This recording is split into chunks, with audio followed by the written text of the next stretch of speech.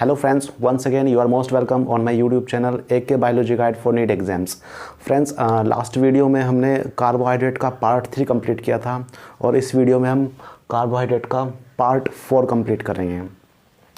Last video में हमने कुछ चीज़ें पढ़ी थी, जैसे कि आपका मोनोसैक्राइड्स जैसे कि D glucose, D fructose, L fructose, L glucose, galactose, ये कुछ बेसिक यूनिट्स हमने स्टडी की थी लास्ट वीडियो में। और इनकी बेसिक इनैंशियोमर की तरह से और आपका एपीमर, इन सब टर्म्स को भी समझा था कि इनैंशियोमर का मतलब क्या होता है, एपीमर का क्या मीन होता है।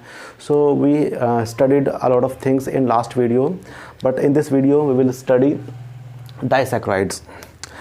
As you know very well, तो कार्बोहाइड्रेट्स जो होते हैं हमारे वो बेसिकली मोनोसैक्राइड से मिलकर बनते हैं, राइट। कार्बोहाइड्रेट की बेसिक यूनिट मोनोसैक्राइड होती है और कार्बोहाइड्रेट के चार टाइप होते हैं।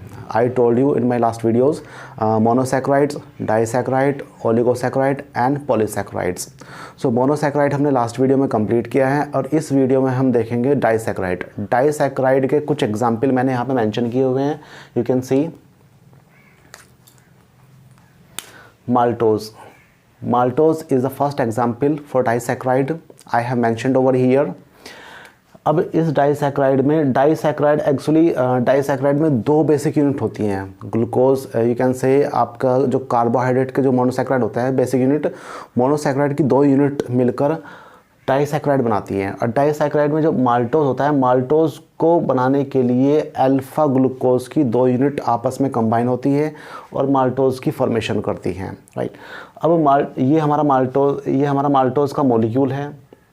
इस माल्टोज को बनाने के लिए ये हमारा अल्फा डी ग्लूकोज का दूसरा मॉलिक्यूल, ये पहला मॉलिक्यूल, ये दूसरा मॉलिक्यूल।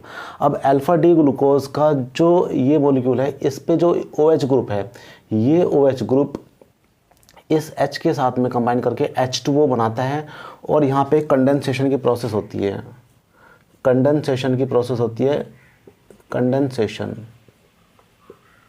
जब भी दो मॉलिक्यूल आपस में एक दूसरे के साथ में अटैच होते हैं और एक लार्जर मॉलिक्यूल की सिंथेसिस करते हैं, एक लार्जर मॉलिक्यूल की फॉर्मेशन करते हैं, उस केस में कंडेंसेशन प्रोसेस होती है। कंडेंसेशन प्रोसेस में एक्चुअली वाटर रिलीज होता है और एक लार्जर मॉलिक्यूल का फॉर्मेशन होता है।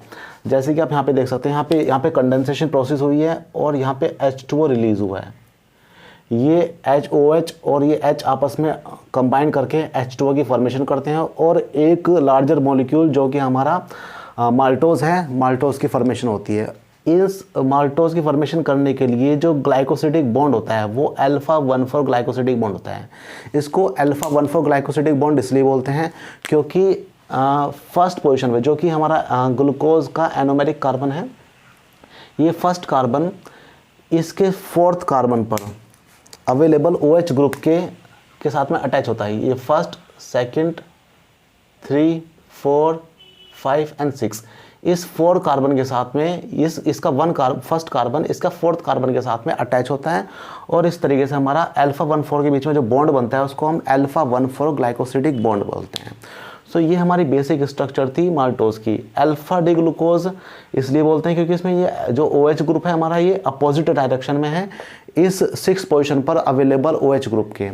यानी जो OH ग्रुप हमारा ये होता है, ये अगर फर्स्ट पोजीशन का OH group should be in the opposite direction to the OH group present at 6th position. अब जो हमारा माल्टोज होता है, माल्टोज कहाँ से आता है? माल्टोज एक्चुअली स्टार्च से बनता है।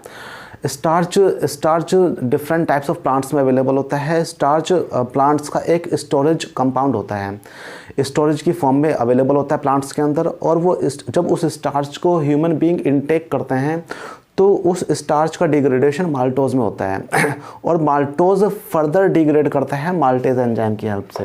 यानी अगर माल्टेज एंजाइम हमारे पास अवेलेबल होता है तो माल्टेज एंजाइम इस माल्टोज को डिग्रेड करके अल्फा ग्लूकोज की 2 यूनिट बनाएगा, राइट। सो इस तरीके से हमारा जो माल्टोज होता है वो सुक्रोज से डिग्रेड होकर बनता है और माल्टोज से डिग्रेड होने के बाद में अल्फा ग्लूकोज की 2 यूनिट बनती है। तो इस तरीके से माल्टोज हमारा बेसिकली बियर के प्रोडक्शन में यूज़ होता है। नेक्स्ट जो हमारा डाइसैक्राइड है वो लैक्टोज है। लैक्टोज बेसिकली मिल्क में अवेलेबल होता है, लैक्टोज मिल्क। और ये हमारा दो बेसिक यूनिट जो कि alpha glucose beta D galactose and beta D glucose, beta D galactose और बीटा डी ग्लूकोज आपस में कंबाइन होकर एक लैक्टोज के मॉलिक्यूल का फॉर्मेशन करते हैं। इसमें बीटा 1,4 ग्लाइकोसिडिक बॉन्ड होता है। जो बीटा डी गैलेक्टोज है, ये beta D galactose beta D glucose का एक तरह का एपीमर है, और ये एपीमर बीटा डी ग्लूकोज के साथ में कंबाइन होकर, यू कैन सी हियर, यहाँ पे भी फिर कंडेंसेशन की प्रोसेस होगी, कंडेंसेशन प्रोसेस, वाटर रिलीज होगा, ठीक है।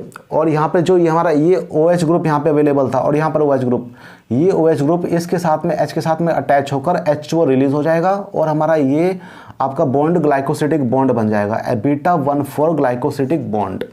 इस तरीके से with the help of beta 1,4 glycosidic bond lactose के मॉलिक्यूल की फॉर्मेशन होती है। लैक्टोज हमारा मिल्क के अंदर प्रेजेंट होता है, और लैक्टोज को डिग्रेड करने के लिए लैक्टेज एंजाइम की रिक्वायरमेंट होती है। लेकिन कुछ इंडिविजुअल्स के अंदर में लैक्टेज एंजाइम अवेलेबल होता है। Lactase enzyme basically small intestine में होता है, लेकिन कुछ इंडिविजुअल में लैक्टेज अवेलेबल नहीं होता, उसको लैक्टेज डेफिशिएंट बोलते हैं। तो लैक्टेज की डेफिशिएंसी में लैक्टोज इंटॉलरेंस की कंडीशन क्रिएट हो जाती है। उससे क्या होता है कि जो लैक्टोज हमारी बॉडी के अंदर हमने इनटेक किया है, कंज्यूम किया है, वो लैक्टोज आपका बीटा डी गैलेक्टोज और बीटा डी ग्लूकोज में डिकम्पोज या डिग्रेड नहीं हो पाता। वो in the absence of lactase enzyme that is degraded into lactic acid and gaseous forms, उसकी वजह से इनडाइजेशन की प्रॉब्लम हो जाती है।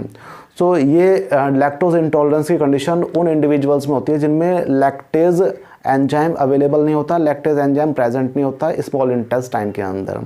ओके, सो अब लैक्टेज की डेफिशिएंट इंडिविजुअल में जो हमारा लैक्टोज का डिग्रेडेशन होता है वो बैक्टीरियल एनारोबिक डिग्रेडेशन होता है, यानी एनारोबिक कंडीशन में कुछ बैक्टीरियाज जो कि हमारे इंटेस्टाइन के अंदर अवेलेबल होते हैं, प्रेजेंट होते हैं, वो लैक्टोज का डिग्रेडेशन कर देते हैं और लैक्टिक एसिड बन जाता है और हमारा gases, different types of gases बन जाती हैं। इस तरीके से ये हमारा लैक्टोज का मॉलिक्यूल था, ये भी डाइसैक्राइड का एक एग्जाम्पल है। नेक्स्ट हमारा है sucrose. Sucrose is also very important. Sucrose is available in different types of plants like sugar beet and sugar cane. Sucrose का जो मॉलिक्यूल होता है ये आपका अल्फा डी ग्लूकोज और बीटा डी फ्रुक्टोज से मिलकर बनता है। अल्फा डी ग्लूकोज का मॉलिक्यूल बीटा डी फ्रुक्टोज के साथ में कंबाइन होकर with the help of alpha 1 beta 2 glycosidic bond sucrose के मॉलिक्यूल की फॉर्मेशन करता है। अब इसमें एक्चुअली होता क्या है, ये हमारा अल्फा डी ग्लूकोज का मॉलिक्यूल है और ये हमारा बीटा डी फ्रुक्टोज का मॉलिक्यूल है। अल्फा डी ग्लूकोज का मॉलिक्यूल आप यू नो वेरी वेल कि अल्फा डी ग्लूकोज में OH ग्रुप आपका अपोजिट डायरेक्शन होता है, 6 पोजीशन पर अवेलेबल OH ग्रुप के, ये हमारा अल्फा डी ग्लूकोज हो गया। फ्रुक्टोज की स्ट्रक्चर हमारी एरोमेटिक स्ट्रक्चर ये होती है, इसमें यहाँ पे CH2OH होता है, यहाँ पे OH होता है। ये हमारा फर्स्ट कार्बन है, this is first carbon, second, third, fourth, fifth and sixth. First, second, third, fourth, fifth and sixth. अब इसमें एक्चुअली होता क्या है, ये फर्स्ट अल्फा डी ग्लूकोज का फर्स्ट कार्बन पर जो OH ग्रुप है ये हमारा बीटा डी फ्रक्टोज के सेकंड कार्बन पर अवेलेबल OH ग्रुप के साथ में कंबाइंड करता है और वहाँ से H और OH आपस में अटैच होकर H2O की फॉर्मेशन करते हैं। इसे हम बोलते हैं कंडेंसेशन प्रोसेस, जो कि हमने लैक्टोज के केस में और माल्टोज के केस में भी की थी, कंडेंसेशन प्रोसेस। और यहाँ पे हमारा H2O रिलीज होता है। इस कंप्लीट प्रोसेस के लिए एक्चुअली होता क्या है, ये जो 2 पोजीशन पर जो हमारा कार्बन है ये फ्लिप करके इधर की साइड में आ जाता है, जिससे कि बॉन्ड बनने में आसानी हो जाए। It can make the formation of bond simplified. So अब यहाँ पे अल्फा 1, क्योंकि ये हमारा अल्फा ग्लूकोज है तो अल्फा 1, और ये हमारा बीटा डी फ्रक्टोज है तो बीटा 2, और सेकंड पोजीशन पे हमारा बॉन्ड सेकंड पोजीशन के OH ग्रुप के साथ में बॉन्ड बना है तो इसलिए इसको बोलते हैं बीटा 2। तो अल्फा 1 बीटा 2 ग्लाइकोसिडिक बॉन्ड यहाँ पे हमारा बनता है। दोनों मॉलिक्यूल के बीच में, और फॉर्मेशन होती है सुक्रोज की। सुक्रोज बेसिकली हमारा, as I told you earlier, sugar beet में और शुगर केन में अवेलेबल होता है। सुक्रोज को डिग्रेड करने के लिए सुक्रेज एंजाइम की रिक्वायरमेंट होती है। ये सुक्रेज एंजाइम की रिक्वायरमेंट होती है बॉडी के अंदर, जो सुक्रोज को डिग्रेड करता है। जब हम ह्यूमन बीइंग सुक्रोज को इंटेक करते हैं तो with the help of sucrase enzyme ये इसका डिग्रेडेशन होता है। शुगर बीट में और शुगर केन में अवेलेबल होता है, और ये इस तरह की शुगर होती है जो बहुत ही रेडीली एनर्जी प्रोवाइड करती है, राइट। हम मतलब अगर सुक्रोज हम इंटेक करते हैं तो बहुत ही रेडीली एनर्जी हमें मिलेगी, और इंस्टेंट एनर्जी की फॉर्म में एनर्जी हमारी बॉडी के अंदर सप्लाई होती है। सो ये हमारा कंप्लीट टॉपिक था, सुक्रोज, लैक्टोज, माल्टोज, ये सब चीज़ें हमने स्टडी की। अब इसमें जो हमारा ये जो सुक्रोज का मॉलिक्यूल, सुक्रोज जो बना है, ये सुक्रोज हमारी जो हमारे कार्बोहाइड्रेट का मेटाबॉलिज्म होता है उसमें भी काफ़ी इंपॉर्टेंट रोल होता है। इसी तरीके से माल्टोज का भी हमारे कार्बोहाइड्रेट के मेटाबॉलिज्म में बहुत ज़्यादा इंपॉर्टेंट रोल होता है, क्योंकि हमारी बॉडी के अंदर जो भी एनर्जी प्रोड्यूस हो रही है वो भी इन्हीं की फॉर्म में होती है। यानी माल्टोज का फर्दर डिग्रेडेशन होता है, सुक्रोज का फर्दर डिग्रेडेशन होता है, और लैक्टोज का फर्दर डिग्रेडेशन होता है, और वो बेसिक यूनिट्स में मोनोसैकेराइड्स में कन्वर्ट होते हैं, और फिर वो मोनोसैकेराइड्स हमारे ग्लाइकोलाइसिस की प्रोसेस में और क्रेब साइकिल की प्रोसेस में जाकर फिर एनर्जी का प्रोडक्शन का काम करता है। वहाँ पे एटीपी का फॉर्मेशन होता है, और उस एनर्जी का यूज़ हमारी बॉडी के डिफरेंट ऑर्गन्स को चलाने के लिए, उनको एक्टिव करने के लिए यूज़ किया जाता है। So this is the whole topic. I hope you have understood each and everything. If you like the video, please like, subscribe and share, and press the bell icon so that you can get the notification for future videos. Have a nice day, friends.